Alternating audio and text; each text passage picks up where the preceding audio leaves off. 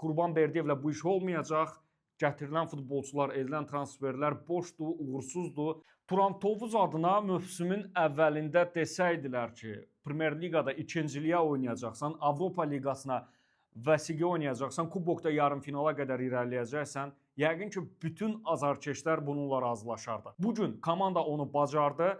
Qurulan heyət, görülən işlər, uğurlar, uğursuzluqları ilə, hər şey ilə birgə komanda Premyer Liqada Avropa Liqasını oynayır. Yəqin ki, bu mənada mövsümün ən kritik matçı elə bu tur Qarabağlı olacaq. Qarabağ-Turan Tovuz oyunu mövsümün matçı ola bilər Turan Tovuz adına. Oradan çıxacaq 3 xal bütün mövsümün taleyini, klubun taleyini dəyişə bilər. Avropa Liqasına yollanmaq çox vacibdir və bu dəfə bunu bacaracaqlarmı? Konferans Liqasına artıq demək olar ki, möcüzə olar komandanın getməməsi, amma Avropa Liqasına yollanarlarsa bu həqiqətən gözləniləndən daha yaxşısını etməyə bacarmaqdır.